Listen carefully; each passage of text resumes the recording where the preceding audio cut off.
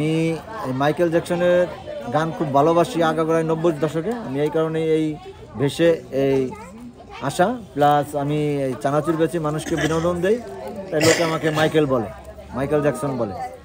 আমি Michael Jackson খুব ভালোবাসি, এই কারণেই এই এই চানাচুর বেচতে এই পথে আসা।